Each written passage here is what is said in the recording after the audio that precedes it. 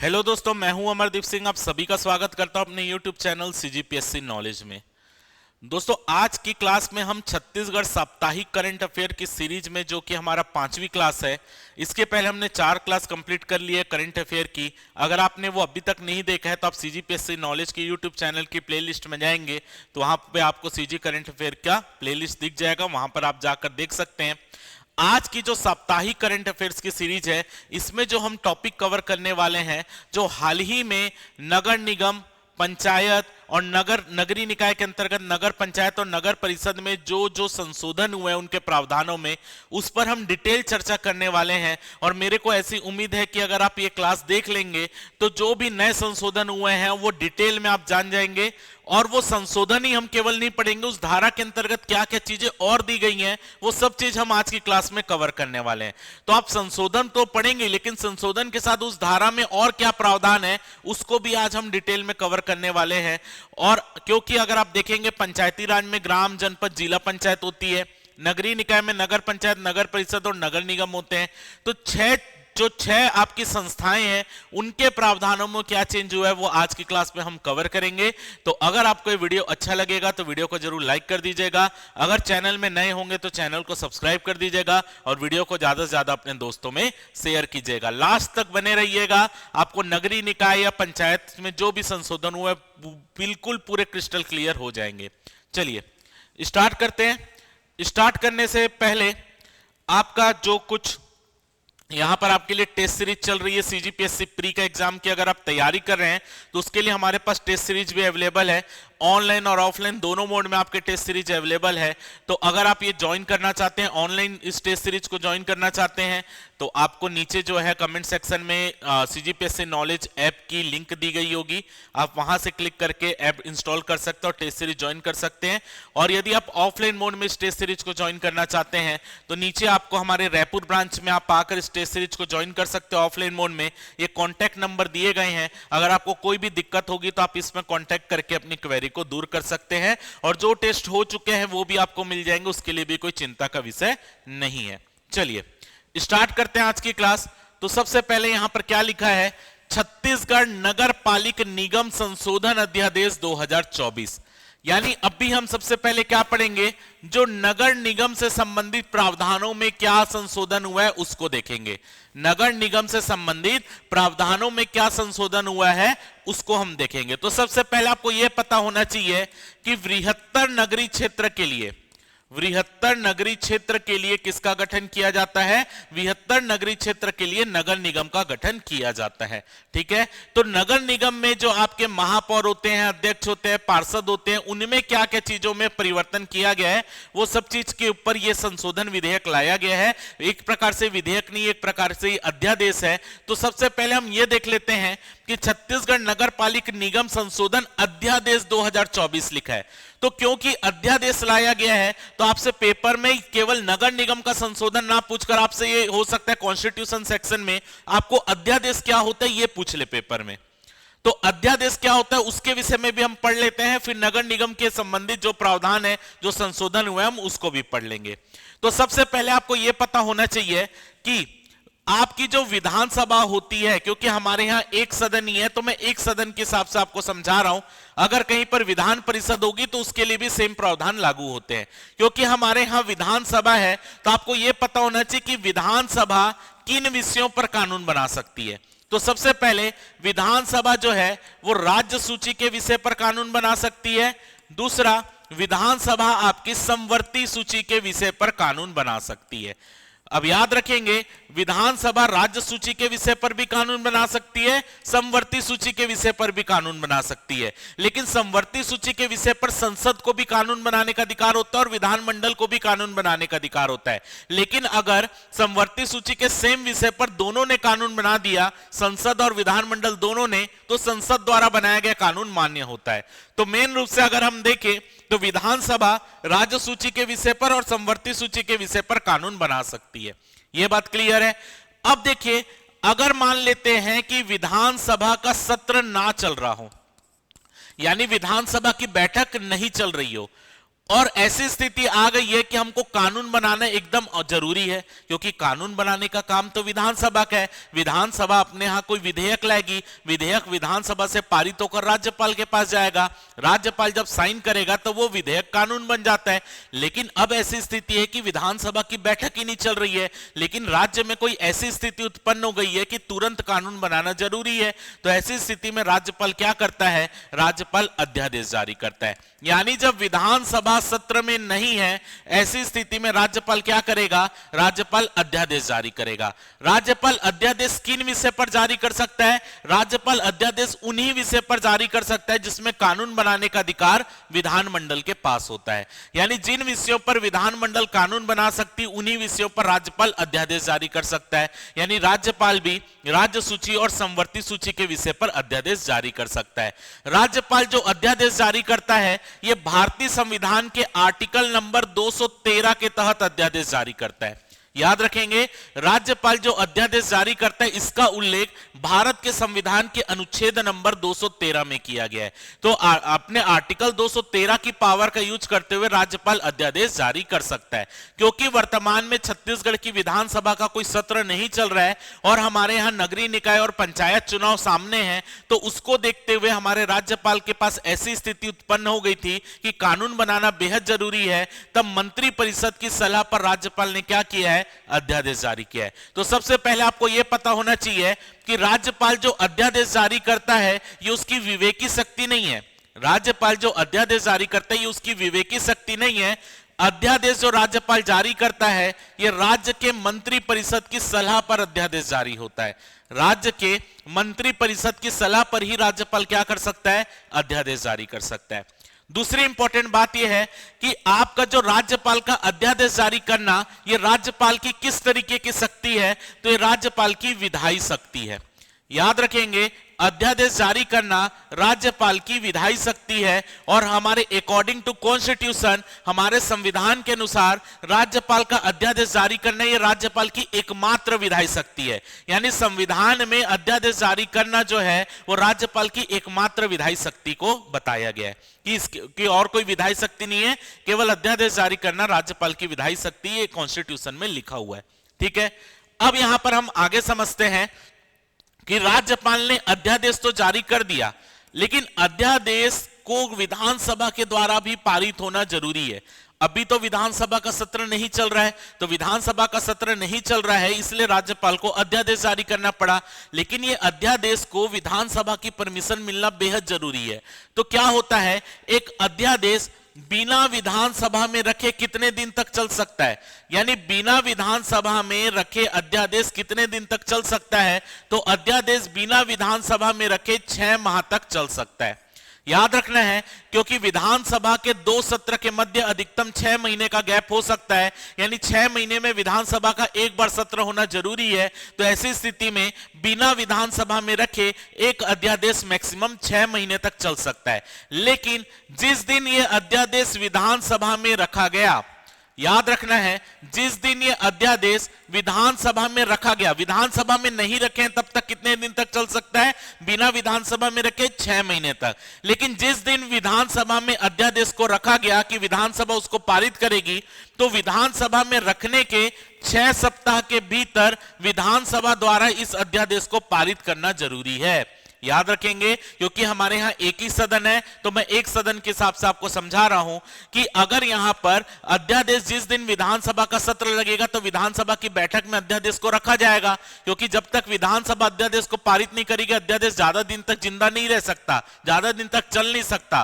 तो ऐसी स्थिति में क्या होगा कि जब विधानसभा की बैठक लगेगी, तो विधानसभा की बैठक जैसे ही लगेगी, अध्यादेश को विधानसभा के समक्ष प्रस्तुत किया जाएगा। तो जिस दिन अध्यादेश को प्रस्तुत किया जाएगा विधानसभा के समक्ष, वहां से 6 सप्ताह के भीतर विधानसभा द्वारा अध्यादेश को पारित करना जरूरी है। अगर विधानसभा अध्यादेश को पारित नहीं करती तो वह अध्यादेश खत्म हो जाएगा, यानी जो कानून अभी तक चल रहा था वो कैंसिल हो जाएगा। तो याद रखना है कि विधानसभा 6 सप्ताह के भीतर इसको पारित करेगी जब विधानसभा में रखा जाएगा। बिना विधानसभा में रखे अध्यादेश कितने दिन तक चल सकता है, 6 महीने तक।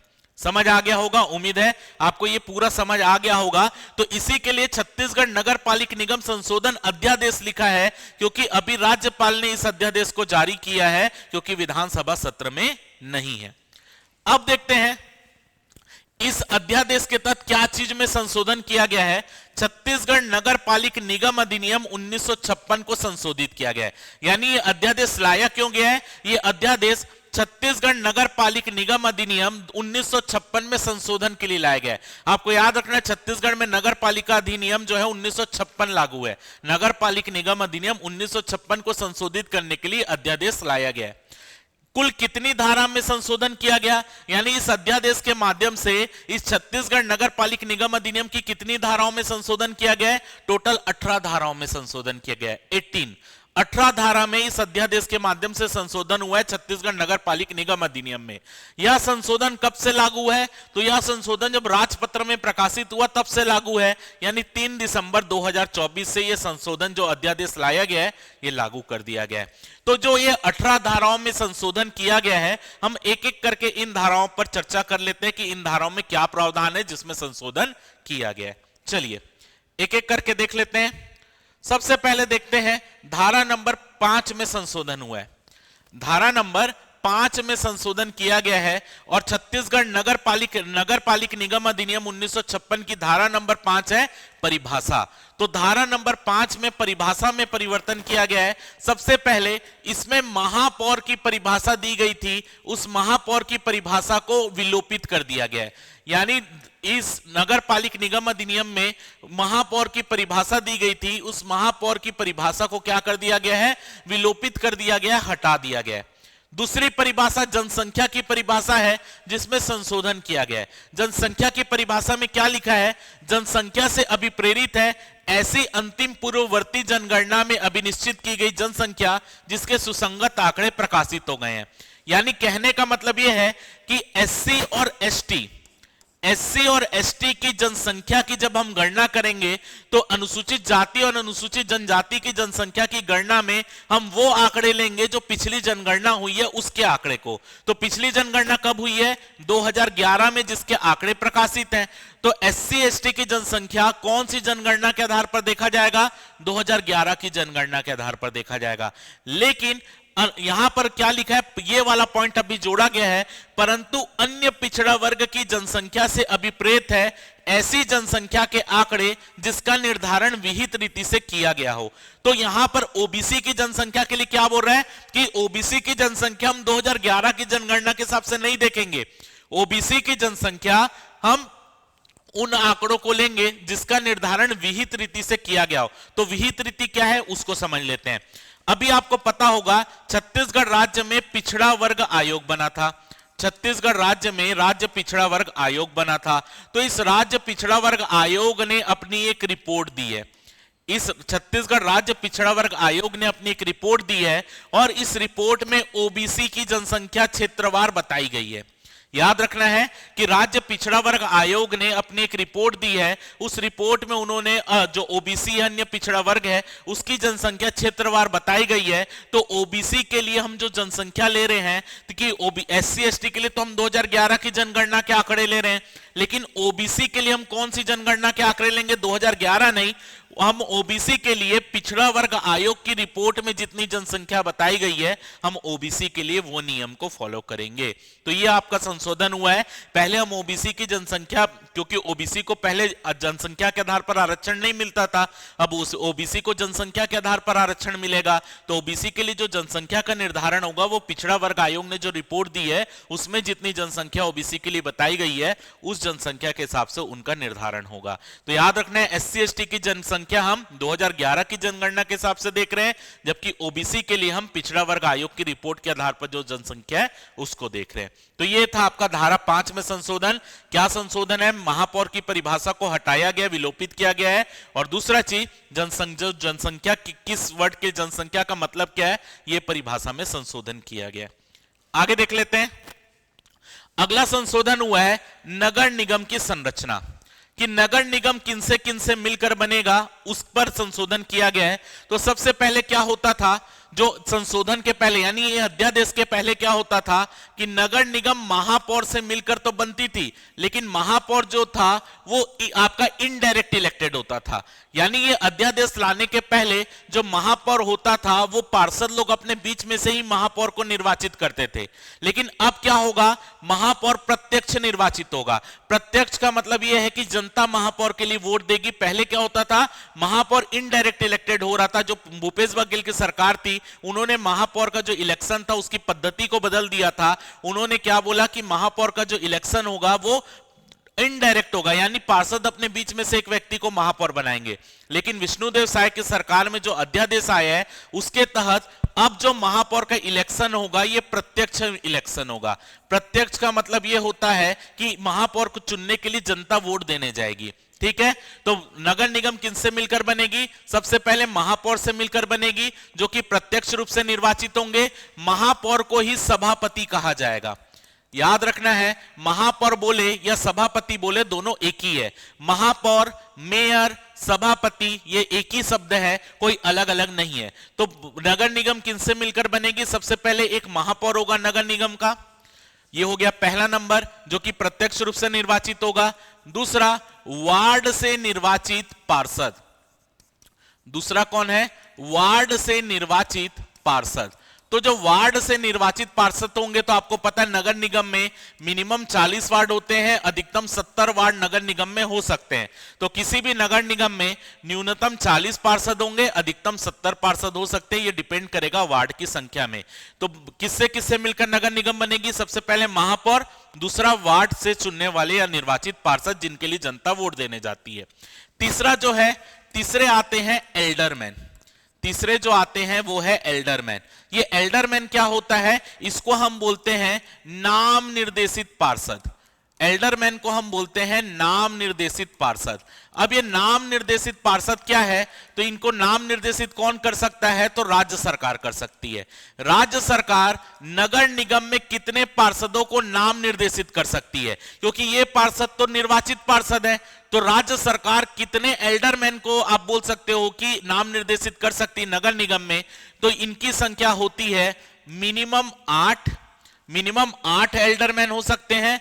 और मैक्सिमम कितने एल्डरमैन हो सकते हैं? उस नगर निगम में वार्ड की संख्या का 15%। नगर निगम में वार्ड की संख्या का मैक्सिमम 15% जो है ये वहां पर एल्डरमैन की संख्या हो सकती है।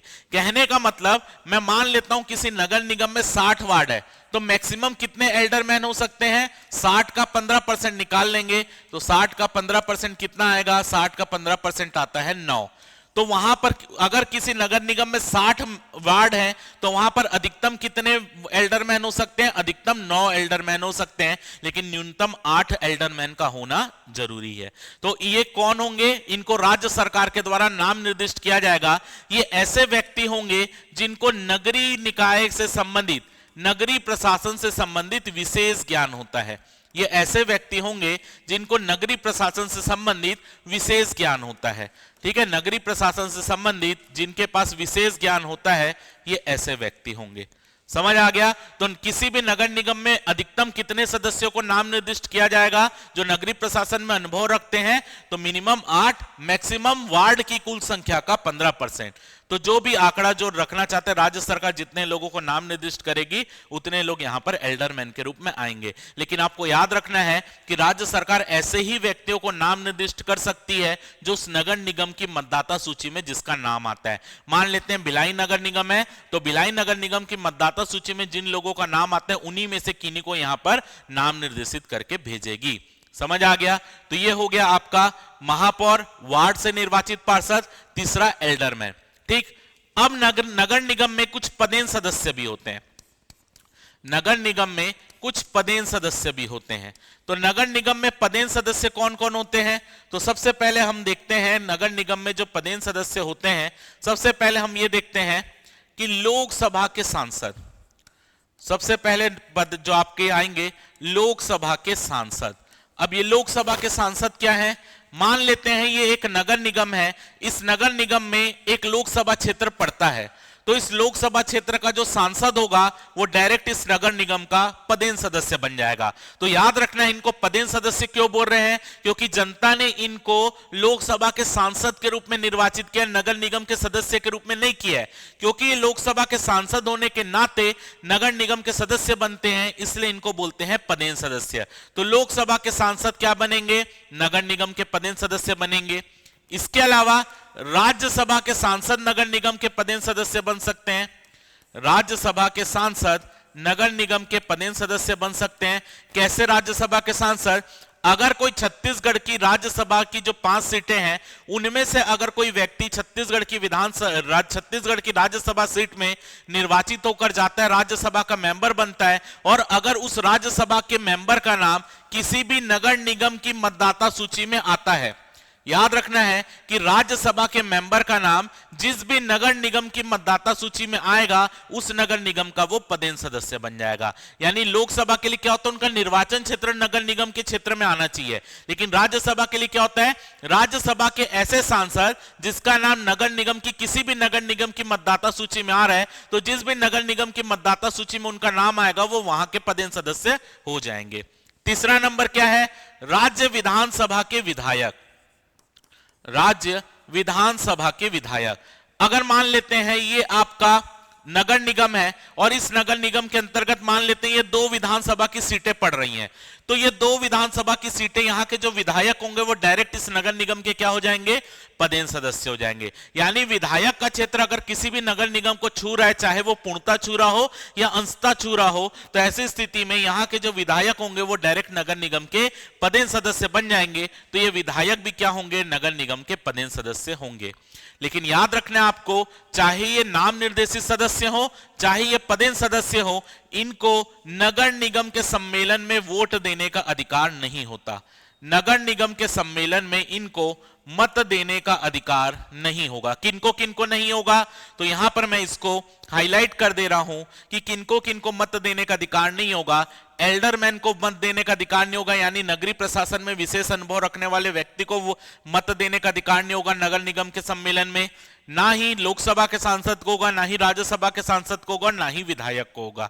तो अगर आप देखेंगे तो नगर निगम इतने लोगों से मिलकर बनती है। किसी कारणवश यदि महापौर या पार्षद का चुनाव नहीं हो पा रहा, तो महापौर या पार्षद का चुनाव ना होने के कारण आगे की कार्रवाई रोकी नहीं जाती है। आगे की जैसे कार्रवाई होती है वो होती है। 6 महीने के भीतर यहां पर दोबारा चुनाव कराए जाएंगे, तो पार्षद या महापौर जिसका चुनाव बचा हुआ है वो चुनाव हो जाएगा। तो ये धारा 9 में क्या संशोधन किया गया, धारा 9 में केवल इतना संशोधन किया गया है कि पहले जो महापौर होता था यानी सभापति होता था वो अप्रत्यक्ष निर्वाचित होता था, लेकिन अब जो है अप्रत्यक्ष की जगह इसको प्रत्यक्ष कर दिया गया है। तो धारा 9 में केवल यह परिवर्तन हुआ है, बाकी चीजें मैंने आपको समझाने के लिए बता दी है। तो उम्मीद है कि आपको ये चीजें समझ आ गई होंगी, ये संशोधन। अब मैं चलता हूं अगली धारा की तरफ। अगली धारा है धारा नंबर 11, स्थानों का आरक्षण। किनके स्थानों का आरक्षण यहां पर बात हो रही है, पार्षदों के स्थानों का आरक्षण। याद रखना है धारा नंबर 11 किसके आरक्षण की बात कर रही है, तो धारा नंबर 11 पार्षदों को दिए जाने वाले आरक्षण की बात कर रही है। तो पहले क्या होता था, पार्षदों का आरक्षण कैसे होता है, ये नगर निगम का क्षेत्र है, ये नगर निगम का क्षेत्र वार्डों में बटा होता है। ये नगर निगम का क्षेत्र किस में बटा होता है, वार्डों में बटा होता है। ठीक है, अब किसी नगर निगम में मिनिमम कितने वार्ड होते हैं, किसी नगर निगम में मिनिमम 40 वार्ड हो सकते हैं, मैक्सिमम जो है किसी नगर निगम में 70 वार्ड हो सकते हैं। ठीक है, तो SC ST को पहले की स्थिति बता रहा हूं, फिर मैं अभी की स्थिति बताऊंगा। पहले क्या होता था, हम ये देखते थे कि इस नगर निगम में कितने प्रतिशत लोग SC रहते हैं, इस नगर निगम में कितने प्रतिशत लोग SC रहते हैं। तो अगर मान लेते हैं SC की जनसंख्या इस नगर निगम में 20% आती, तो यहां पर जितने भी नगर निगम में वार्ड है, मान लेते हैं उस नगर निगम में 40 वार्ड है, तो 40 का 20% सीट जो होता था वो SC कैटेगरी के लिए रिजर्व हो जाता था, क्योंकि SC की जनसंख्या 20% थी। फिर हम देखते थे इस नगर निगम में कितने परसेंट ST लोग रहते हैं, तो अगर मान लेते हैं ST लोग भी 20% रहते, तो 40 का 20% किसके लिए आरक्षित हो जाता, 40 का 20% ST कैटेगरी के लिए आरक्षित हो जाता था। क्योंकि एससी और एसटी को दिया गया आरक्षण 40% आ रहा है, क्योंकि ये आरक्षण 50% से कम है, तो डायरेक्ट ओबीसी को कितना आरक्षण मिल जाता था? डायरेक्ट ओबीसी को 25% आरक्षण मिल जाता था। यानी पहले ओबीसी को जनसंख्या के आधार पर आरक्षण नहीं मिलता था। ओबीसी को किसके आधार पर आरक्षण मिलता था? यदि एससी एसटी को दिया गया आरक्षण 50% से कम होता था तो ओबीसी को डायरेक्ट एक मुश्त में 25% आरक्षण मिल जाता था। लेकिन अब क्या परिवर्तन हुआ है, इसको अब हम समझ लेते हैं। याद रखना, अब क्या परिवर्तन हुआ है। मान लेते हैं कि यहां पर मान लेते हैं कि ये वाले नगर निगम में एससी की जनसंख्या मान लेते हैं 5% है। ये नगर निगम में एससी की जनसंख्या 5% है, तो ऐसी स्थिति में मान लेते इस नगर निगम में 40 वार्ड है, तो 40 का 5% सीट किसके लिए रिजर्व हो जाएगा? एससी के लिए। मान लेते हैं यहां पर एसटी के लिए, यहां पर एसटी के 10% लोग रहते हैं, तो यहां पर आपका 40 में से 10% किसके लिए रिजर्व हो जाएगा? एसटी के लिए। क्योंकि यहां पर एससी और एसटी को दिया गया आरक्षण कुल मिलाकर कितना आ रहा है? 15% आ रहा है, और ये 15% जो है ये 50% से कम है। तो ऐसी स्थिति में अब क्या होगा? इस नगर निगम में हम ओबीसी की जनसंख्या देखेंगे। अगर एससी और एसटी को दिया गया आरक्षण 50% से कम है, तो ऐसी स्थिति में ओबीसी को उनकी जनसंख्या के अनुपात पर आरक्षण मिलेगा। अब हम देखेंगे कि इस नगर निगम में ओबीसी कितने परसेंट रहते हैं। मान लेते हैं कि इस नगर निगम में ओबीसी केवल 20% रहते, तो ओबीसी को 20% आरक्षण मिल जाता। समझ आ रहा है? यानी पहले क्या होता था, एक मुश्त 25% आरक्षण ओबीसी को मिलता था, अब एक मुश्त नहीं मिलेगा। अब किसके अनुसार मिलेगा? ओबीसी को उनकी जनसंख्या के अनुसार मिलेगा। अगर ओबीसी को की जनसंख्या 20% है तो ओबीसी को कितना परसेंट आरक्षण मिलेगा? 20%। अगर ओबीसी की जनसंख्या 30% होती तो ओबीसी को कितना आरक्षण मिलता? 30% का आरक्षण मिलता। तो ओबीसी को मैक्सिमम अगर देखेंगे तो आप कुल आरक्षण जो है एससी, एसटी और ओबीसी, ये तीनों को दिया गया आरक्षण मिलाकर 50% की सीमा को पार नहीं करना चाहिए। याद रखना, मैंने जब पिछली बार आपको करंट सेक्शन में बताया था तो उस समय अध्यादेश जारी नहीं हुआ था, तो जब पेपर की कटिंग में आया था तो ऐसा लगा था कि जैसे एक मुश्त पहले ओबीसी को 25% मिलता था, वो एक मुश्त ओबीसी को डायरेक्ट कितना मिल सकता है? जनसंख्या के अनुपात में, या मैक्सिमम 50% मिल सकता है।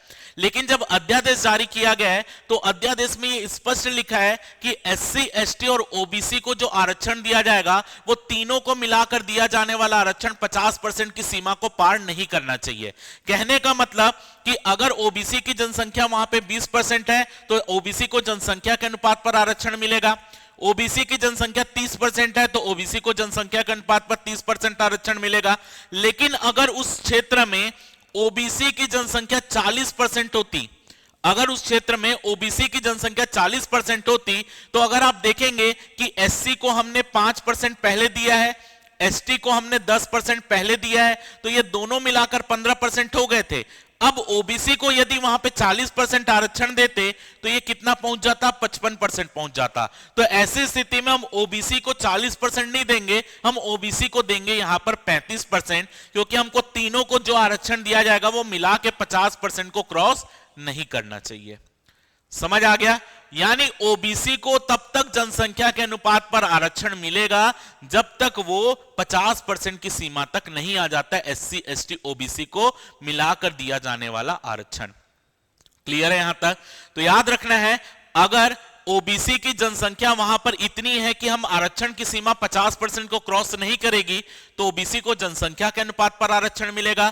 लेकिन अगर ओबीसी की जनसंख्या को मिलाकर जो आरक्षण हो रहा है अगर वो 50% क्रॉस हो जा रहा है तो अधिकतम आरक्षण उतना ही मिलेगा कि एससी, एसटी, ओबीसी को मिलाकर आरक्षण की सीमा 50% ही रहे। ये चीज समझ आ गया? तो इसको याद रखिएगा कि अगर यहां पर ओबीसी को जनसंख्या के अनुपात पर आरक्षण मिलेगा, लेकिन ओवरऑल कभी भी आरक्षण 50% की सीमा को क्रॉस नहीं कर सकता। एससी, एसटी और ओबीसी को मिलाकर आरक्षण 50% की सीमा को क्रॉस नहीं कर सकता। तो अगर आप देखेंगे, मान लेते हैं कहीं पर एससी की जनसंख्या 30% है और एसटी की जनसंख्या जो है वो 20 आपका मान लेता हूं 19% है, एसटी 19% है तो 49% आ रहा है। तो ऐसी स्थिति में क्योंकि 50% से कम है तो ओबीसी को पहले क्या मिलता था, 49 भी आता था तो डायरेक्ट ओबीसी को 25% मिल जाता था। लेकिन अब कितना मिलेगा, अब ओबीसी को केवल यहां पर 1% मिल सकता है, उससे ज्यादा नहीं, क्योंकि यहां पर 49 के बाद 1% बच रहा है। भले ही उनकी जनसंख्या 50% हो, 20% हो, लेकिन उनको मिलेगा कितना, 1% मिलेगा। समझ आ रहा है। लेकिन याद रखिएगा, अगर एससी और एसटी को दिया गया आरक्षण, एससी और एसटी को दिया गया आरक्षण 50% या उससे ज्यादा आ जाता है, याद रखना, एससी और एसटी को दिया गया आरक्षण 50% या उससे ज्यादा आ जाता है तो ओबीसी को कोई भी आरक्षण नहीं मिलेगा। यानी ओबीसी को तभी आरक्षण मिलेगा जब एससी और एसटी को दिया गया आरक्षण 50% से कम हो। पहले क्या होता था, अगर एससी और एसटी को दिया गया आरक्षण 50% या उसके बराबर भी होता था, 50% या उससे कम होता था, 50% या उससे कम होता था, तो ओबीसी को तब भी 25% मिलता था। लेकिन अब क्या कर दिया गया, अगर एससी और एसटी को दिया गया आरक्षण 50% से कम है तभी ओबीसी को क्या मिलेगा, तभी ओबीसी को उनकी जनसंख्या के अनुपात में आरक्षण मिलेगा। लेकिन वो जनसंख्या के अनुपात पर भी आरक्षण 50% की सीमा को क्रॉस नहीं करना चाहिए एससी एसटी ओबीसी को जोड़कर। तो ये वाला आपका बदलाव आया है। बाकी चीजें पुरानी है कि महिलाओं को आरक्षण 1/3 मिलेगा, कुल सीटों का 1/3 भी होना चाहिए, आरक्षित सीटों का भी 1/3 होना चाहिए, जो आप नगर निगम में पहले पढ़ते थे बिल्कुल सेम है। तो आरक्षण में केवल चेंज क्या हुआ है, आरक्षण में केवल यह चेंज हुआ है कि जनसंख्या के अनुपात पर ओबीसी को आरक्षण मिलेगा। लेकिन जनसंख्या अगर ओबीसी की ज्यादा है और आरक्षण की सीमा केवल 50% तक की है, अगर जनसंख्या 50% को क्रॉस कर रही है तो 50% तक की आरक्षण मिलेगा। लेकिन अगर 50% से क्रॉस नहीं कर, उससे कम है, तो ओबीसी को उनकी जनसंख्या के अनुपात पर ही आरक्षण मिलेगा। यदि एससी और एसटी को दिया गया आरक्षण 50% या उससे ज्यादा हो जाता है तो ओबीसी को कोई भी आरक्षण नहीं मिलेगा। यह चीज भी याद रखिएगा। क्लियर है। तो उम्मीद है कि आपको स्थानों का आरक्षण समझ आ गया होगा, यह प्रावधान। आगे देख लेते हैं। अगला है धारा नंबर 11 का। धारा नंबर 11 का में संशोधन हुआ है महापौर के पदों का आरक्षण। तो हम महापौर के पदों का आरक्षण कैसे करते हैं, तो आपको पता है कि महापौर के पदों के आरक्षण के लिए राज्य में जितने भी नगर निगम हैं, महापौर के पदों का आरक्षण कैसे करते हैं, राज्य में जितने भी नगर निगम हैं वहां की जनसंख्या को जोड़ लेते हैं। राज्य के जितने भी नगर निगम हैं वहां की जनसंख्या को जोड़ लेते हैं और एससी और एसटी को उनकी जनसंख्या के अनुपात पर आरक्षण दे देंगे।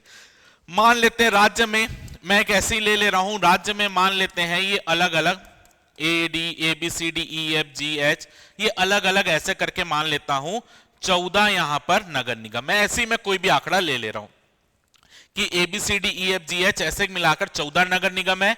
इन 14 नगर निगम को जोड़कर जितने परसेंट एससी आ रहे हैं, जितने परसेंट एसटी आ रहे हैं, उतना हम आरक्षण कर रहे हैं।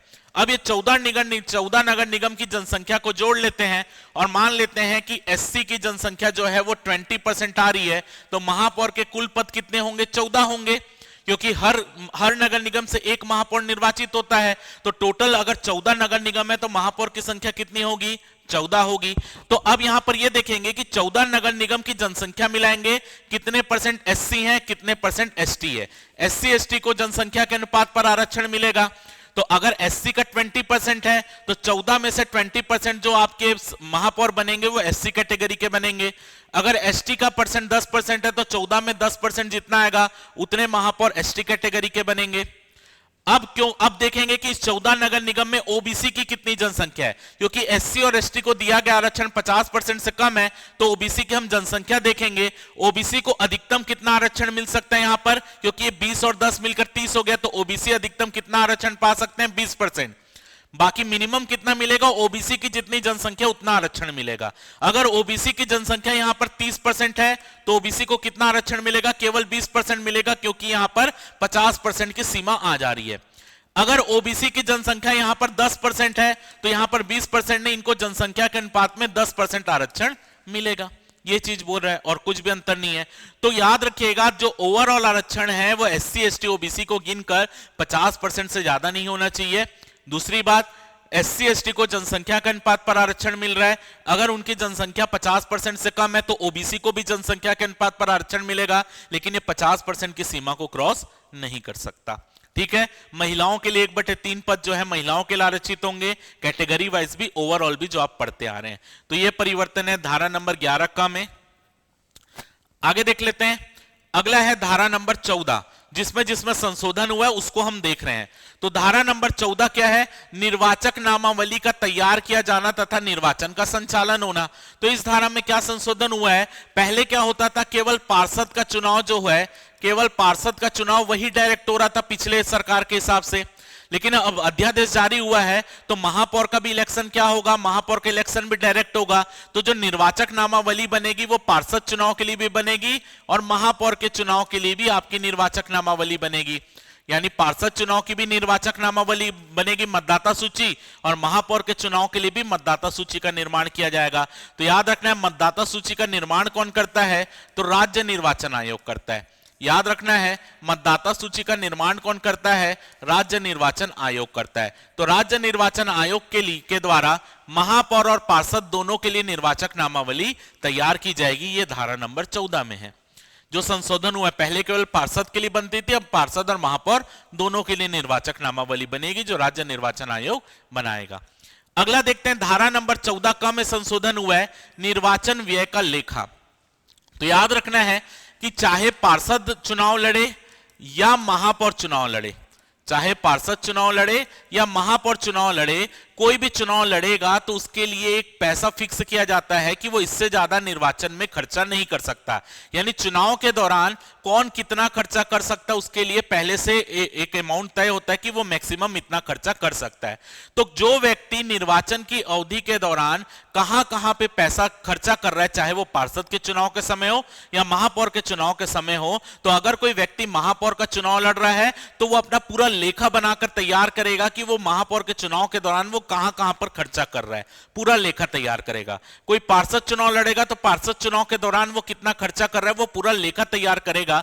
ये धारा 14 कब बोल रही है? यानी पार्षद और महापौर दोनों अपने चुनाव के दौरान जितना भी पैसा जो पार्षद चुनाव लड़ रहे हैं या महापौर का चुनाव लड़ रहे हैं, वो अपने निर्वाचन अवधि के दौरान जो भी चुनाव लड़ रहे हैं उसमें वो जो है कितना खर्चा कर रहे हैं चुनाव की पूरी प्रक्रिया में, वो यहां पर इन लोग पूरा लेखा बनाकर तैयार करेंगे। ये धारा 14 का है।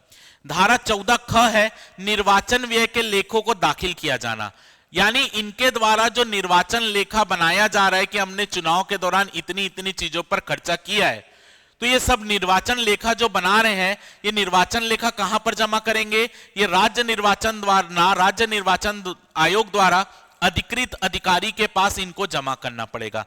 यानी आपको याद रखना है कि जैसे ही आपको यह चीज हमेशा याद रखना है कि जो आपके निर्वाचन व्यय का लेखा दाखिल किया जाना है, तो जैसे ही चुनाव संपन्न होता है, चुनाव संपन्न होने के 30 दिनों के भीतर जितने भी यहां पर जो महापौर का चुनाव लड़ रहे व्यक्ति थे या जो पार्षद का चुनाव लड़ रहे वाले व्यक्ति थे, वो सभी जो अपना निर्वाचन लेखा बनाए होंगे कि हमने इतना इतना खर्चा किए हैं, वो निर्वाचन लेखा किसके पास जमा करेंगे? राज्य निर्वाचन आयोग द्वारा जो अधिकृत अधिकारी होगा उसके पास से अपने निर्वाचन लेखा को जमा करेंगे।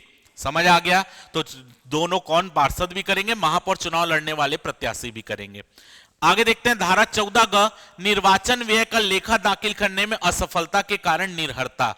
अगर मान लेते हैं कि यहां पर मैंने आपको बताया कि निर्वाचन के 30 दिनों के भीतर, यानी निर्वाचन संचालन के 30 दिनों के भीतर इनको अपने निर्वाचन व्यय का लेखा अधिकृत अधिकारी के पास जमा करना पड़ेगा, लेकिन अगर इन्होंने निर्वाचन अधिकृत अधिकारी के पास लेखा नहीं जमा किया तो ऐसी स्थिति में उनकी वे अयोग्यता के अंतर्गत आ जाएंगे, निर्हरता के अंतर्गत आ जाएंगे और ऐसे व्यक्ति के ऊपर जांच बैठ सकती है। और जांच होने के दौरान अगर इन्होंने पाया गया कि इन्होंने अपने निर्वाचन लेखा जमा नहीं किए हैं, तो ऐसी स्थिति में ये 5 साल तक चुनाव लड़ने के लिए निर्हित हो जाएंगे। अगर वो महापौर का चुनाव लड़ रहे थे तो 5 साल तक फिर वो महापौर का चुनाव नहीं लड़ सकते।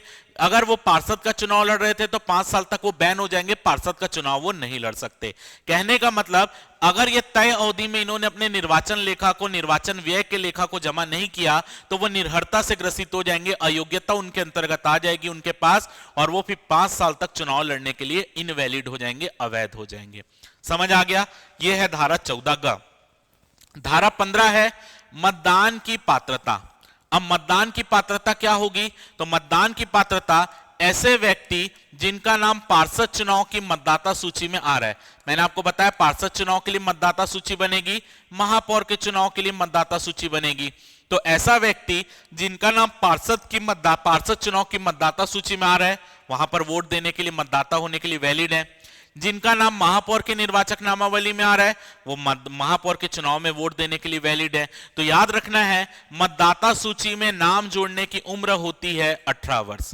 यानी ऐसे व्यक्ति जिनका आयु 18 वर्ष हो गया है वो महापौर या पार्षद के चुनाव की मतदाता सूची जो बनेगी उसमें नाम जुड़ाने के लिए वैलिड हो जाएंगे। समझ आ रहा है? तो याद रखना है कि मतदाता की पात्रता क्या होगी, अगर उनका नाम निर्वाचक नामावली में आ रहा है तो ऐसी स्थिति में वो पार्षद और महापौर के चुनाव में वोट दे सकते हैं। पहले क्या होता था, केवल पार्षद चुनाव में डायरेक्ट वोटिंग होती थी तो पार्षद चुनाव में वोट दे सकते थे। अब महापौर के लिए भी डायरेक्ट वोटिंग होगी तो महापौर के चुनाव में भी वो वोट देने के लिए वैलिड होंगे। तो जिनका नाम 18 वर्ष की आयु है और वो उस क्षेत्र में नगर निगम के क्षेत्र में रह रहा है तो वो यहाँ पर पार्षद और महापौर की मतदाता सूची जो बनेगी उसमें उनका नाम जुड़ जाएगा और वो इनके चुनाव में वोट देने के लिए वैलिड हो जाएगा। समझ आ गया? आगे देखते हैं। अगला जो संशोधन हुआ है धारा 16 में हुआ है, महापौर या पार्षद के रूप में निर्वाचन के लिए अर्हता। यानी महापौर और पार्षद के चुनाव में कौन लोग चुनाव लड़ सकते हैं। तो आपको पता होना चाहिए कि जो व्यक्ति पार्षद चुनाव लड़ना चाह रहा है, जो व्यक्ति पार्षद चुनाव लड़ना चाह रहा है उसका नाम उस नगर निगम की मतदाता सूची में होना चाहिए। दूसरा, उसकी आयु 21 वर्ष होना चाहिए। यानी पार्षद का चुनाव लड़ने के लिए जो आयु होती है वो 21 वर्ष होती है। और दूसरी इंपॉर्टेंट चीज, जो व्यक्ति महापौर का चुनाव लड़ना चाह रहा है, जो व्यक्ति महापौर का चुनाव लड़ना चाह रहा है तो महापौर के चुनाव लड़ने के लिए जो न्यूनतम आयु होती है वो 25 वर्ष होती है। पहले ये भी आपका पिछले बार क्या था कि पार्षद ही अपने बीच में से महापौर चुनते थे तो महापौर बनने की आयु 21 वर्ष ही थी। लेकिन अब क्योंकि महापौर डायरेक्ट इलेक्टेड होगा तो महापौर बनने की जो न्यूनतम आयु है वो 25 वर्ष है। तो याद रखना है कि पार्षद बनने के लिए जो न्यूनतम आयु है वो 21 वर्ष है, जबकि महापौर बनने के लिए जो न्यूनतम आयु है वो 25 वर्ष है। और याद रखना है कि कोई व्यक्ति पार्षद और महापौर दोनों का चुनाव एक साथ लड़ सकता है। ये याद रखेंगे, कोई व्यक्ति पार्षद और महापौर का चुनाव, कोई व्यक्ति पार्षद और महापौर का चुनाव दोनों चुनाव एक साथ लड़ सकता है। अगर वो व्यक्ति पार्षद चुनाव भी जीत जाता है और महापौर भी चुनाव जीत जाता है तो 7 दिन के भीतर उसको तय करना पड़ेगा कि वो पार्षद रहना चाहता है या महापौर रहना चाहता है। समझ गए? तो याद रखना है कि कोई व्यक्ति पार्षद चुनाव और महापौर चुनाव दोनों चुनाव एक साथ लड़ सकता है। लेकिन एक चीज याद रखिएगा, अब कोई व्यक्ति अगर पार्षद चुनाव लड़ रहा है तो याद रखिएगा वो सेम पद के लिए केवल एक जगह से चुनाव लड़ सकता है। मान लेते हैं एक व्यक्ति जो है वो वार्ड नंबर 1 और वार्ड नंबर 2 दोनों से पार्षद का चुनाव नहीं लड़ सकता। यानी अगर उसको सेम पद के लिए चुनाव लड़ना है तो वो सेम पद के लिए केवल एक ही वार्ड से चुनाव लड़ सकता है। हाँ, नामांकन पत्र वो 2 या 2 से ज्यादा वार्ड से भर सकता है, लेकिन नाम वापसी की तारीख के पहले उसको अपना एक वार्ड जो बाकी वार्ड है उससे नाम वापस लेना पड़ेगा और वो एक ही वार्ड से चुनाव लड़ सकता है। यानी पार्षद चुनाव वो 2 अलग अलग वार्ड से नहीं लड़ सकता, लेकिन वो पार्षद और महापौर का चुनाव एक साथ लड़ सकता है क्योंकि ये दोनों अलग अलग पद है। सेम पद के लिए वो एक से ज्यादा जगह से चुनाव नहीं लड़ सकता, लेकिन वो अलग अलग पद के लिए चुनाव एक साथ लड़ सकता है। क्लियर है?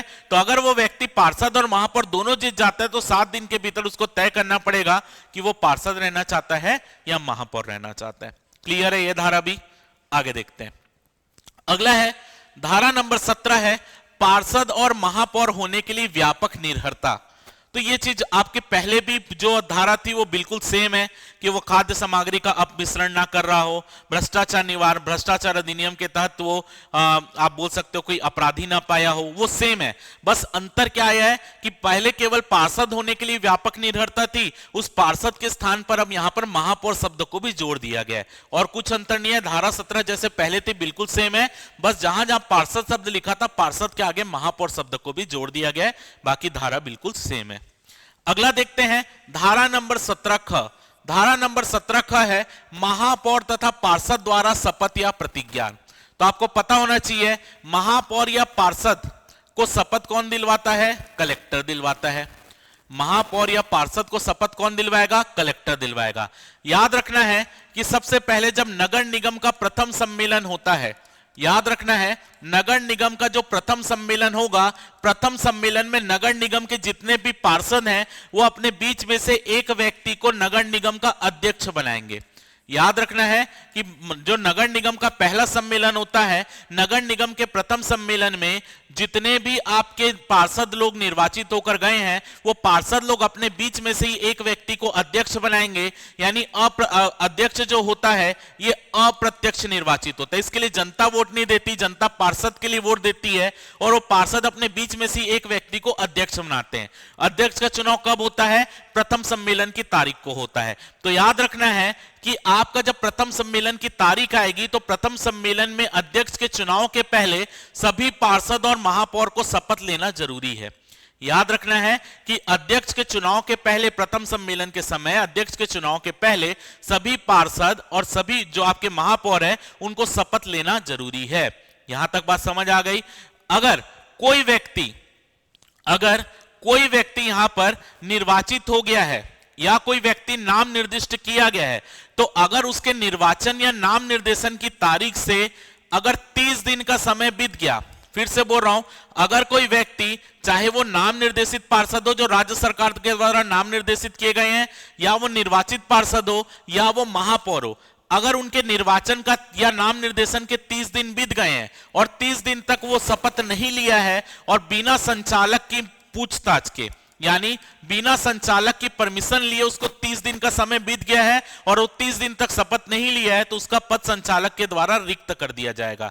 कहने का मतलब कि उनके निर्वाचन के 30 दिनों के भीतर इनको शपथ लेना जरूरी है। लेकिन अगर वो संचालक से परमिशन ले लेते हैं, किसी कारण से मैं शपथ में नहीं ले पा रहा हूं, मैं बाहर गया हुआ हूं या मैं थोड़े दिन बाद आऊंगा तब शपथ लूंगा, और संचालक ने उनको परमिट कर दिया, तो 30 दिन का समय खत्म होने पर भी वो अयोग्य घोषित नहीं होगा। लेकिन संचालक से बिना परमिशन लिए और उसके निर्वाचन का 30 दिन बीत गया या नाम निर्देशन का 30 दिन बीत गया है और वो अभी तक शपथ नहीं लिया है, तो ऐसी स्थिति में उसका पद क्या कर दिया जाएगा? रिक्त घोषित कर दिया जाएगा। तो याद रखना है, महापौर तथा पार्षद का शपथ प्रतिज्ञान, तो याद रखना है पहले केवल पार्षद की शपथ होती थी, अब यहां पर महापौर भी शपथ लेगा, तो वो चीज आपको जोड़ा गया। अब देखते हैं धारा नंबर 18, अध्यक्ष का निर्वाचन। तो आपको मैंने अभी बताया कि अध्यक्ष का निर्वाचन कब होता है। अध्यक्ष का निर्वाचन जो होता है वो प्रथम सम्मेलन के दिन होता है। ठीक है, तो याद रखना है, जैसे ही यहां पर महापौर का चुनाव हो जा रहा है, जैसे ही आपके पार्षदों का चुनाव हो जा रहा है, तो पार्षद और महापौर के चुनाव के बाद क्या करते हैं? निर्वाचन को अधिसूचित किया जाता है। यानी निर्वाचन को अधिसूचित करने का मतलब होता है कि निर्वाचन का क्या किया जाएगा? उनके नामों का प्रकाशन किया जाएगा। किसके नामों का प्रकाशन होगा? महापौर और पार्षदों के नामों का प्रकाशन होगा, यानी निर्वाचन अधिसूचित होगा। तो निर्वाचन अधिसूचित होने के 15 दिन के भीतर, याद रखना है, निर्वाचन अधिसूचित होने के 15 दिन के भीतर कलेक्टर के द्वारा नगर निगम का प्रथम सम्मेलन बुलाया जाएगा। याद रखना है, कलेक्टर के द्वारा नगर निगम का सम्मेलन बुलाया जाएगा। इस नगर निगम के सम्मेलन की अध्यक्षता कलेक्टर ही करेगा और कलेक्टर क्या करेगा? यहां पर चुनाव करवाने आया है। किसका चुनाव करवाने आया है? तो यहां पर कलेक्टर जो है वो अध्यक्ष का चुनाव करवाने आया है। तो याद रखना है कि अध्यक्ष के चुनाव के लिए निर्वाचन अधिसूचित होने के 15 दिनों के भीतर अध्यक्ष के चुनाव के लिए कलेक्टर के द्वारा सम्मेलन बुलाया जाएगा। उस सम्मेलन की अध्यक्षता कलेक्टर ही करेगा। उस सम्मेलन में जो पार्षद है वो अपने बीच में से ही एक व्यक्ति को नगर निगम का अध्यक्ष निर्वाचित कर लेंगे। तो याद रखना है, तो अध्यक्ष के निर्वाचन के बाद क्या होगा? पहले यहां पर क्या होता था? महापौर और अध्यक्ष का निर्वाचन होता था। ये धारा में क्या लिखा था? महापौर और अध्यक्ष का निर्वाचन, क्योंकि महापौर भी इनडायरेक्ट इलेक्टेड होता था। अब डायरेक्ट इलेक्टेड है तो यहां से महापौर शब्द को विलोपित कर दिया गया, तो बचा क्या? अध्यक्ष का निर्वाचन। तो अध्यक्ष का निर्वाचन उनके निर्वाचन अधिसूचित होने के 15 दिन के भीतर कलेक्टर बुलाएगा, कलेक्टर अध्यक्षता करेगा। इसमें क्या होगा? ये सभी लोग अपने बीच में से एक व्यक्ति को अध्यक्ष निर्वाचित करेंगे। क्लियर है? अगला देखते हैं। अगला है धारा नंबर 20। धारा नंबर 20 क्या है? नगर निगम की अवधि। तो जिस दिन अध्यक्ष का चुनाव होगा वही क्या होगा? नगर निगम का प्रथम सम्मेलन होगा। तो अध्यक्ष के चुनाव के लिए जो बुलाया गया सम्मेलन, कलेक्टर के द्वारा बुलाया गया सम्मेलन, वहां नगर निगम का प्रथम सम्मेलन होगा और नगर निगम इस प्रथम सम्मेलन की तारीख से कितने दिनों तक काम करेगी? इस प्रथम सम्मेलन की तारीख से 5 साल तक नगर निगम काम करेगी, अगर वो समय से पहले विघटित नहीं कर दी जाती। समझ आ गया? तो पहले यहां पर क्या लिखा होता था? महापौर और अध्यक्ष के निर्वाचन के लिए बुलाए गए सम्मेलन से 5 साल काम करेगी। लेकिन अब महापौर शब्द को हटा दिया गया, तो क्या होगा? अध्यक्ष के निर्वाचन के लिए बुलाए गए सम्मेलन से नगर निगम 5 साल तक काम करेगी, उससे ज्यादा नहीं। क्लियर। तो ये है धारा 20। अगला देखते हैं धारा 23 का। धारा 23 क्या है? अध्यक्ष के विरुद्ध अविश्वास का प्रस्ताव। तो याद रखना है कि ऐसा व्यक्ति जो इनडायरेक्ट इलेक्टेड होता है उसी के खिलाफ अविश्वास प्रस्ताव लाया जा सकता है। हमेशा याद रखेंगे, ऐसा व्यक्ति जो अप्रत्यक्ष निर्वाचित होता है, ऐसा व्यक्ति जो अप्रत्यक्ष निर्वाचित होता है उसी के खिलाफ क्या लाते हैं? अविश्वास प्रस्ताव लाते हैं। ये बेसिक कॉन्सेप्ट है। इसका अपवाद केवल सरपंच है जो कि ग्राम पंचायत के मामले में है।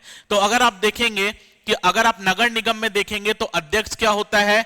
इनडायरेक्ट इलेक्टेड होता है, अप्रत्यक्ष निर्वाचित होता है। तो अध्यक्ष को हटाने के लिए क्या लाया जाएगा? अविश्वास प्रस्ताव। इसके पहले क्या होता था? पिछली सरकार ने जो संशोधन किया था उसमें महापौर भी जो होता था वो भी इनडायरेक्ट इलेक्टेड होता था। महापौर भी जो होता था वो क्या होता था? महापौर भी इनडायरेक्ट इलेक्टेड होता था। तो महापौर को भी पद से हटाने के लिए क्या लाया जाता था? अविश्वास प्रस्ताव लाया जाता था। लेकिन क्योंकि अब महापौर डायरेक्ट इलेक्टेड होगा तो अब महापौर के खिलाफ अविश्वास प्रस्ताव नहीं आ सकता। तो ये वाली धारा में क्या परिवर्तन आया है कि इस धारा में पहले महापौर और अध्यक्ष दोनों के खिलाफ अविश्वास प्रस्ताव लाने का प्रावधान था, लेकिन अब क्या हो गया है? अब केवल अध्यक्ष के विरुद्ध अविश्वास प्रस्ताव ला सकते हैं, महापौर के विरुद्ध नहीं ला सकते। यह है धारा नंबर 23 का। क्लियर। अब बाकी अविश्वास प्रस्ताव की प्रक्रिया आप पढ़े होंगे, बिल्कुल सेम है। अब यहां पर एक नई धारा जोड़ी गई है, धारा 24। अब एक नई धारा जोड़ी गई है, धारा 24, महापौर का वापस बुलाया जाना। तो महापौर का वापस बुलाया जाना इसको बोलते हैं रिकॉल, और इसको एक और वर्ड यूज होता है प्रत्यावर्तन। तो महापौर का वापस बुलाया जाना, रिकॉल या प्रत्यावर्तन। ऐसा व्यक्ति जो डायरेक्ट इलेक्टेड होता है उसी के खिलाफ रिकॉल की प्रक्रिया होती है। ग्राम पंचायत में सरपंच के विरुद्ध रिकॉल की प्रक्रिया होती है, नगर निगम में महापौर के विरुद्ध रिकॉल की प्रक्रिया हो सकती है। रिकॉल की प्रक्रिया और अविश्वास प्रस्ताव में अंतर क्या होता है? अविश्वास प्रस्ताव में अध्यक्ष को हटाने के लिए पार्षद लोग वोट देते हैं, लेकिन महापौर को हटाने के लिए पार्षद वोट नहीं देंगे। जो महापौर के इलेक्शन के लिए जनता वोट दी है वही जनता महापौर को पद से हटा सकती है। तो यहां पर कैसे होगा? तो सबसे पहले क्या होगा, याद रखेंगे कि नगर निगम का गठन करने वाले पार्षदों के 3/4 पार्षद, याद रखना है, नगर निगम का गठन करने वाले पार्षदों के 3/4 पार्षद जो होंगे, ये 3/4 पार्षद जो है ये प्रस्ताव देंगे। याद रखना है, ये 3/4 पार्षद संभाग आयुक्त को एक प्रस्ताव देंगे कि हम जो है रिकॉल की प्रक्रिया चालू करवाना चाहते हैं महापौर के खिलाफ। याद रखना है, नगर निगम का गठन करने वाले कुल पार्षदों की संख्या के 3/4 पार्षद एक प्रस्ताव देंगे किसको? संभाग आयुक्त को, कि हम महापौर को पद से हटाने की कार्रवाई यानी पद से वापस बुलाने की कार्रवाई प्रारंभ करना चाहते हैं। अब ये संभाग आयुक्त क्या करेगा? इस प्रस्ताव को राज्य सरकार को भेज देगा, और राज्य सरकार क्या करेगी? इस प्रस्ताव को भेज देगी निर्वाचन आयोग के पास। राज्य निर्वाचन आयोग के पास ये प्रस्ताव भेजा जाएगा। अब राज्य निर्वाचन आयोग क्या करेगा? राज्य निर्वाचन आयोग एक मतदान का आयोजन करवाएगा, उस नगर निगम के क्षेत्र में मतदान का आयोजन करवाएगा। अब ये नगर निगम के क्षेत्र में मतदान होगा क्योंकि महापौर को चुनने के लिए वोट कौन दिए थे? नगर निगम के मतदाता दिए थे। तो अब वहां पर क्या होगा? एक मतदान का आयोजन करवाया जाएगा।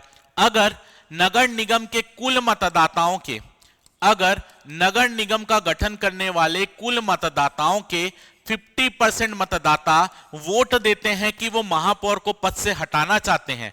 याद रखना, नगर निगम का गठन करने वाले कुल मतदाताओं का 50% मतदाता अगर वोट करते हैं कि वो महापौर को पद से हटाना चाहते हैं तो महापौर को पद से हटा दिया जाएगा। तो क्योंकि यहां पर जनता ने ही महापौर को चुना था और पद से हटा भी महापौर रहे हैं, तो इस स्थिति को हम रिकॉल का स्थिति या प्रत्यावर्तन का स्थिति बोलते हैं। तो प्रक्रिया क्या होगी? सबसे पहले 3/4 पार्षद क्या करेंगे?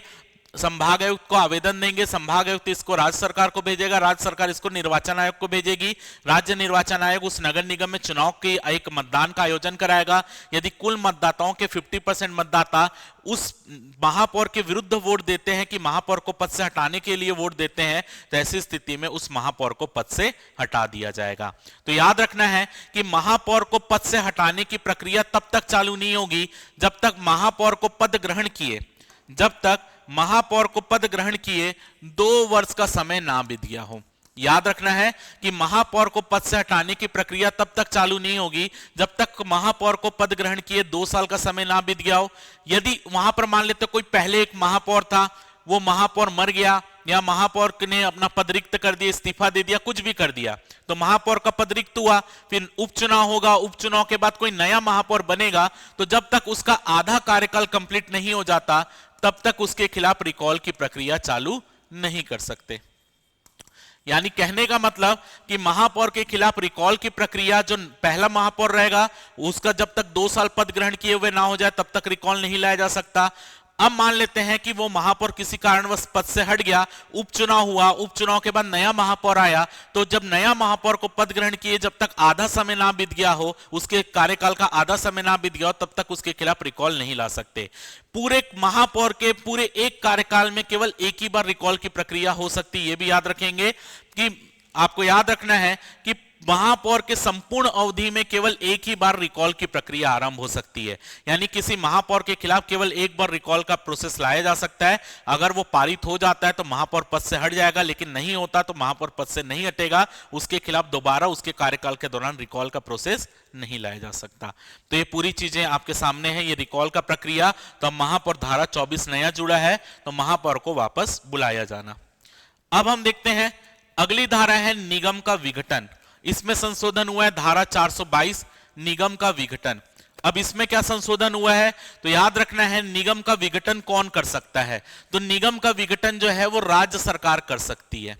निगम का विघटन कौन कर सकता है, यानी निगम को भंग कौन कर सकता है, राज्य सरकार कर सकती। कब कर सकती है, अगर नगर निगम जो है वो राज्य सरकार के द्वारा दिए गए निर्देशों का पालन नहीं करती या अपने कर्तव्यों का बार बार उल्लंघन करती है, तो ऐसी स्थिति में जो आपकी राज्य सरकार है वो नगर निगम का विघटन कर सकती है। यानी पहला तरीका क्या हो गया, कर्तव्यों का निर्वहन ठीक से ना हो।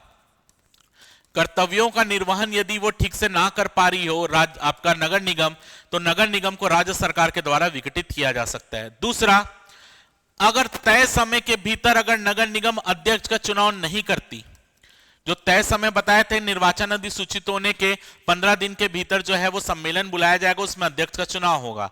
अगर नगर निगम तय समय के भीतर अध्यक्ष का चुनाव नहीं करती, किसी कारणवश अध्यक्ष के चुनाव में विवाद हो जा रहा है, अध्यक्ष का चुनाव नहीं करती, तो यह भी उनके कर्तव्यों का उल्लंघन माना जाएगा और कर्तव्यों के उल्लंघन के कारण नगर निगम को विघटित राज्य सरकार कर सकती है। तो चेंज क्या है, यहां पर पहले अध्यक्ष और महापौर का चुनाव समय पर ना होने पर उनको विघटित किया जा सकता था नगर निगम को, यह लिखा था। लेकिन अब महापौर शब्द को विलोपित करके केवल क्या लिख दें, अध्यक्ष का निर्वाचन तय समय में नहीं होगा तो राज्य सरकार नगर निगम को विघटित यानी भंग कर सकती है। अगला चेंज आया है धारा नंबर 441 में निर्वाचन याचिका। अगला जो चेंज है वो है निर्वाचन याचिका धारा नंबर 441। अब निर्वाचन याचिका क्या होती है, किसी भी व्यक्ति के निर्वाचन के ऊपर आपत्ति जाहिर करना। किसी भी व्यक्ति के निर्वाचन के ऊपर आपत्ति जाहिर करना, जैसे कि मान लेते हैं पार्षद निर्वाचित होता है, तो पार्षद को कौन निर्वाचित करता है, वार्ड की जनता निर्वाचित करती है। तो वार्ड की जनता ही क्या कर सकती है, पार्षद के चुनाव पर आपत्ति लगा सकती है कि ये पार्षद गलत तरीके से निर्वाचित हुआ या इसने कुछ जानकारी छुपाई थी, ये गलत तरीके से निर्वाचित हुआ है। महापौर के चुनाव में जो जनता वोट देती है, यानी नगर निगम की पूरी जनता महापौर के चुनाव के विरुद्ध क्या कर सकती है, महापौर के चुनाव के विरुद्ध निर्वाचन याचिका लगा सकती कि महापौर गलत तरीके से निर्वाचित हुआ है। यानी किसी के निर्वाचन को क्या करना, उसके ऊपर उंगली उठाना, उसके ऊपर आपत्ति लगाना, यह किया जा सकता है पार्षद के चुनाव में और महापौर के चुनाव में। निर्वाचित पार्षद के विरुद्ध वार्ड की जनता निर्वाचन याचिका लगा सकती, कोई भी वार्ड का मेंबर। महापौर के विरुद्ध पूरे नगर निगम की जनता में से कोई भी निर्वाचन याचिका लगा सकता है। क्लियर है। अब यह निर्वाचन याचिका लगाई कहां पे जाती है, तो सिविल न्यायालय में। उस जिले का जो सिविल न्यायालय होगा, उस सिविल न्यायालय, या आप इसको जिला न्यायालय बोल सकते हो, सिविल न्यायालय, या इसको आप जिला न्यायालय भी बोल सकते हो। तो सिविल न्यायालय में निर्वाचन याचिका लगाई जा सकती है। कब लगाई जा सकती है, इनके निर्वाचन के संपन्न होने के 30 दिनों के भीतर। यानी इनका चुनाव में जब ये जीत गए, जीतने के 30 दिन के भीतर इनके चुनाव पर आपत्ति लगाई जा सकती है सिविल न्यायालय में जाकर, यानी जिला न्यायालय में जाकर। तो पहले क्या होता था, महापौर इनडायरेक्ट इलेक्टेड होता था, तो महापौर के खिलाफ निर्वाचन याचिका जो है वो पार्षद लगा सकते थे। लेकिन अब महापौर क्योंकि डायरेक्ट इलेक्टेड है, तो इनके खिलाफ निर्वाचन याचिका नगर निगम की जनता, आम जनता लगा सकती, कोई भी लगा सकता है, कोई भी एक व्यक्ति जाकर निर्वाचन याचिका लगा सकता है। तो 30 दिनों के भीतर, और कहां लगेगी, सिविल न्यायालय या जिला न्यायालय में निर्वाचन याचिका लग सकती है। क्लियर है। तो यहां पर आपके पूरे जो नगर निगम में 18 धारा में संशोधन हुआ है, वो 18 धारा को मैंने यहां पर एक एक करके डिटेल में चर्चा कर ली है कि 18 धारा में क्या क्या प्रावधान थे। ठीक है, अगर आपको लगेगा कि नगर पंचायत और नगर परिषद में जो परिवर्तन आए हैं उसके लिए वीडियो बनाना है तो वो भी आप कमेंट सेक्शन में बता दीजिएगा।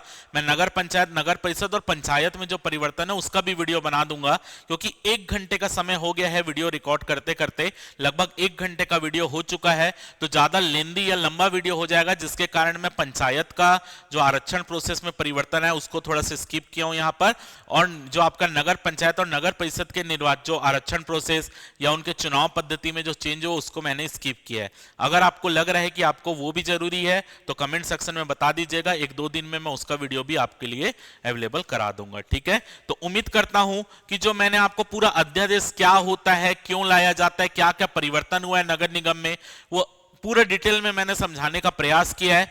तो अगर आपको वीडियो में कुछ भी अच्छा लगा हो तो वीडियो को जरूर लाइक कर दीजिएगा, चैनल में नए आए होंगे तो चैनल को सब्सक्राइब कर दीजिएगा, वीडियो को ज्यादा से ज्यादा अपने दोस्तों में शेयर कीजिएगा। फिलहाल के इस वीडियो में सिर्फ इतना ही। जय भारत, जय छत्तीसगढ़।